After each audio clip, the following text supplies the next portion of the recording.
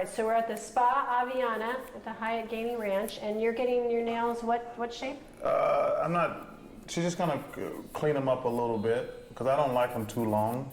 The Okay. Spa Aviana at Hyatt Gaining Ranch, which is where I live also.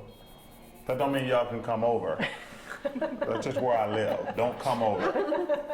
You have enough And don't send stuff to my house. Now, do you just get them buffed? You get No, polished? I get polished. I gotta clear some stuff called nails for males. I don't like buff because if you get them buff in a couple of days, they don't look the same. Oh, okay. You bring your own nail polish. I do. I travel with it.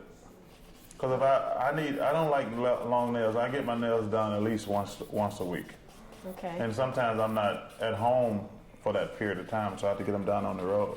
Now, when did having nice nails become important to you? Always, or recently? Well, I think you should always have. You meet a lot of people and shake people's hands. You don't want to have no beat up old fingers and dry hands. That's why it's important. Most people want to shake your hand when they meet you. Right.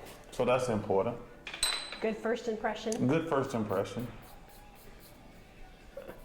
Now, years ago, the NBA instituted a dress code. Yes. And it really has changed the whole look of the league. I mean, you've got players now that are in GQ, they're styling. Well, I think Do you feel like there's a lot more metrosexuals in the NBA now? No, I think it was a really good thing because I looked at it from a standpoint, we got a lot of young black kids who were dressing like bombs. If you're in the NBA and you're making $10 million a year, you can dress how you want to. But when you're a young black kid dressing like a bomb, companies are not going to hire you. Mm-hmm. That's what I thought was great for the NBA. A lot of players got to understand, and I know we can get into the role model thing and all the other stuff, but young black guys dressing like thugs are not going to get jobs at major corporations. Like I say, if you're in the NBA making $10 million a year, you can dress how you want to. But I thought it was a great move by David Stern. Mm-hmm. Do you feel like it has improved the league in an image way? Oh, yeah, definitely. I mean, I love seeing guys dress nice. I mean, listen, at some point you have to grow up and dress like a professional. Yeah, I would love to wear warm-up suits all the time, but at some point, I always tell people, you can't go to the parents-teacher meeting in a jersey. That should be a rule. Once you get over 20, you can't wear a jersey. That should be a rule. Unless you go into a game. Right. I started wearing jerseys around all the time. Yeah. It was cool for a minute, but once you get a certain age, you can't wear a jersey to the parent-teachers conference. Right. Do you get a little bit of grief for getting your nails done, or you? No? Most men I know get their nails done. Oh, really? Yeah. Okay. Yeah. I think Was it Kobe that just had a recent shot of his nails where he was talking about getting his nails done? I can see Kobe getting his nails done. I could see Kobe getting his nails done. Yeah. And Kobe need to ease up and stop let Father Time take over. He's so bent out of shape right now, and people are ranking him high and telling him guys don't want to play with him. Kobe Bryant is a terrific player. He's one of the 10 greatest NBA players ever. But he doesn't want to accept the fact that he's getting older. He doesn't want to pass the baton. Everybody has to pass the baton, unfortunately. Mm-hmm. And I'm hearing Steve Nash out for the year with this back injury. Well, it's time for Steve Nash to retire. Yeah. He's been out of it for 2 or 3 years. He's a great player. He's going to be in the Hall of Fame. I look forward to going to see him when his son retires jersey. I look forward to when he goes in the Hall of Fame. But he hasn't been the same player for 3 or 4 years, and it's time for him to come on and decide what he wants to do with the rest of his life. It's always a tough when it ends. It's always tough. No matter how long your career has been, it ends for everybody. But at some point, you have to listen to your body. And the Lakers, what do you... The Lakers are what? They're not going to be good again this year. Do you predict that? No, I don't think they're not going to make the playoffs. I didn't think they would make it last year, and I don't think they're going to make it this year. The West is loaded. The West is unbelievable. It's going to be a dogfight every night out West.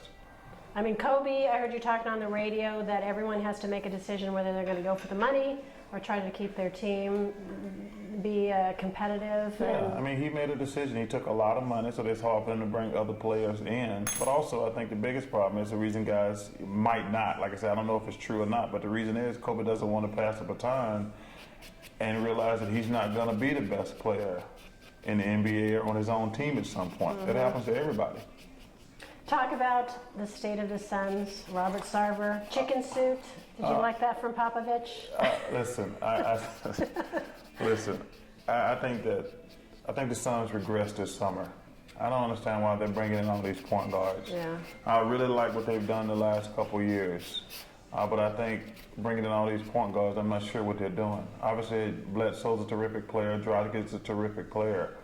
I didn't understand why they drafted a point guard, Tyler Ennis, and they brought in Isaiah Thomas. I just don't understand why they're bringing in all these little guys. I mean, they're very good at the guard position. Why are you bringing all these other guards in? I don't understand that. Yeah, I asked Jeff Hornacek when I sat down with him about that, and he's like, "Well, it'd be great if we were a 6'5" and under league." I know. I'm like, I know. And the NBA is not that. Yeah, especially in the Western Conference, all the teams are big. I mean, you look at the Spurs; they got a big team. Look at Oklahoma City; they're a big team. The Clippers, Golden State is terrific. Portland is a big team. So I think they regressed this summer. All the work they did the last couple of years, getting all these draft picks and cap space. I don't think they had a good summer bringing in all these guards.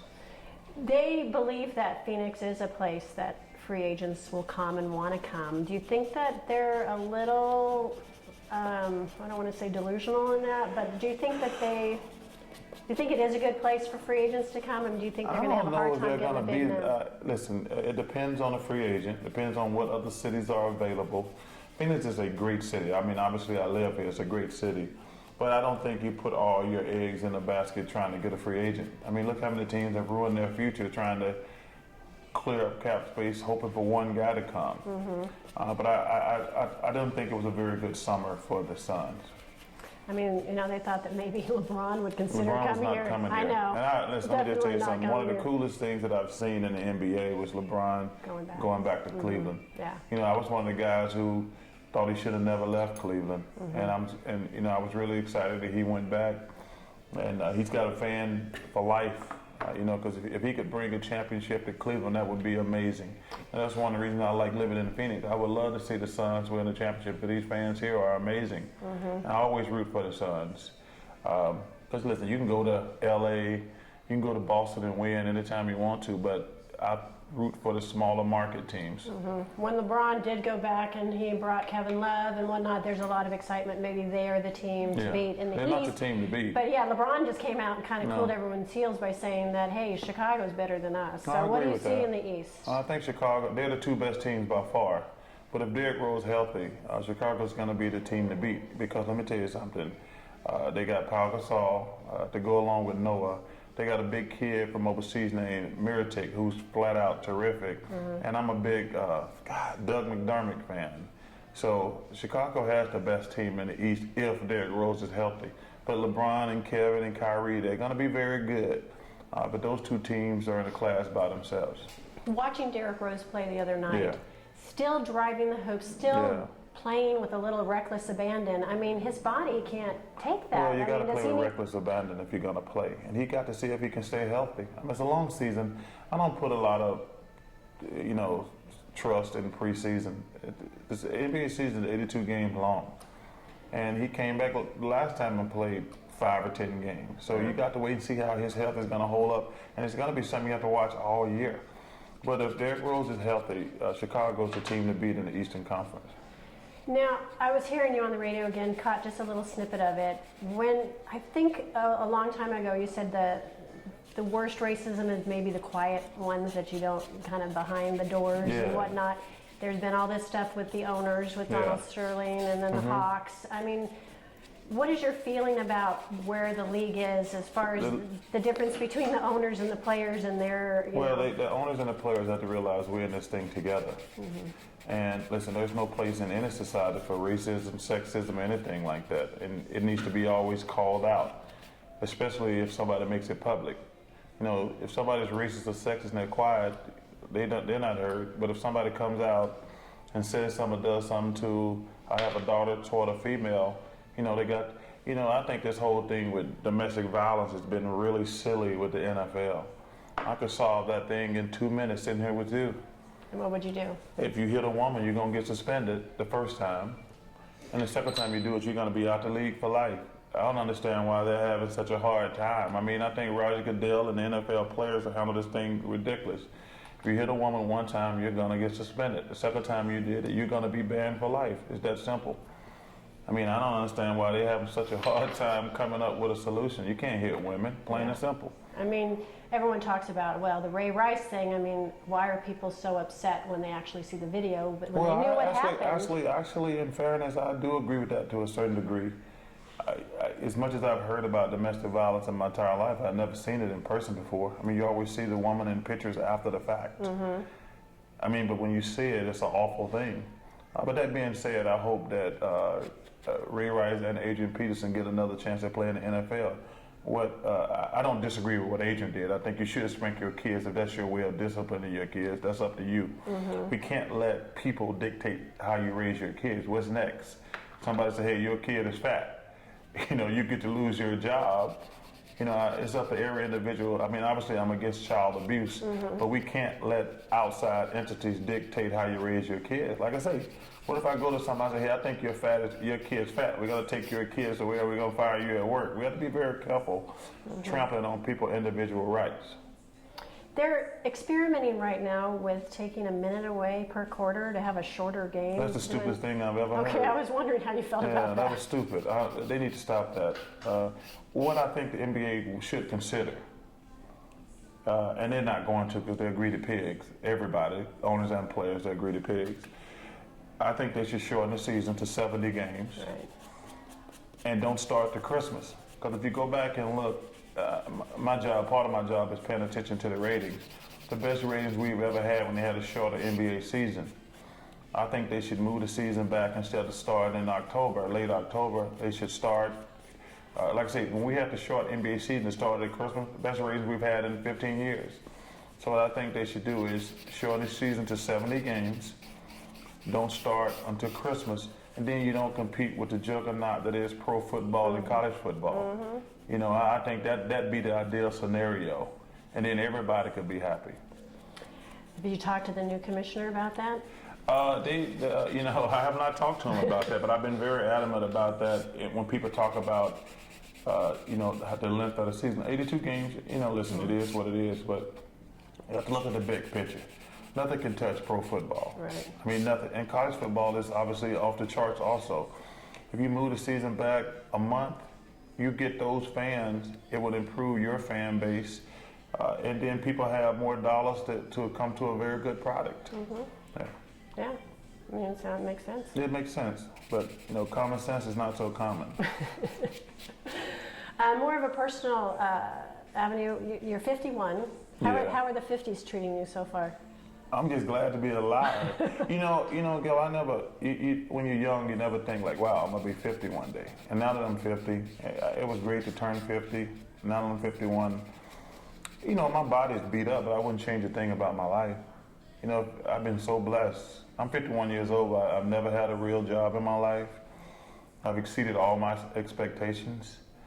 I mean, when you're growing up in the projects on welfare in Leeds, Alabama, your mom's a maid and your grandmother is works in a meat packing factory, you never think that 30-some years later you're going to be sitting at the spa at Gainey Ranch getting a manicure. I mean, think about that. You're growing up, me and my two brothers, you're raised in the projects, you're sleeping in the way you can. Yeah. Your mom's scrubbing floors and dealing with people's toilets every day of her life. And now, 30 years later, I've never had a real job. I had an amazing life. I've been around the world. I've exceeded. I mean, I can't believe my life sometimes. Like I say, I'm blessed to get to be 51. I had a brother who died a few years ago at 40. So I've lived a longer life than him. So it's been pretty amazing, a remarkable life I lived. Which kind of takes me to the next question, but I think I know the answer to it. Is it ever kind of tough being Charles Barkley? Everyone wants you to be the funny guy, the ones with the one-liners and take their picture with you and everything. I meet some really amazing people. Every now and then you meet some jerks. I mean, because I think in San Antonio in the finals, I felt bad for you. Oh, no, that doesn't matter. I'm having fun with all those big, and the guy tried to start a fight with me. Yeah.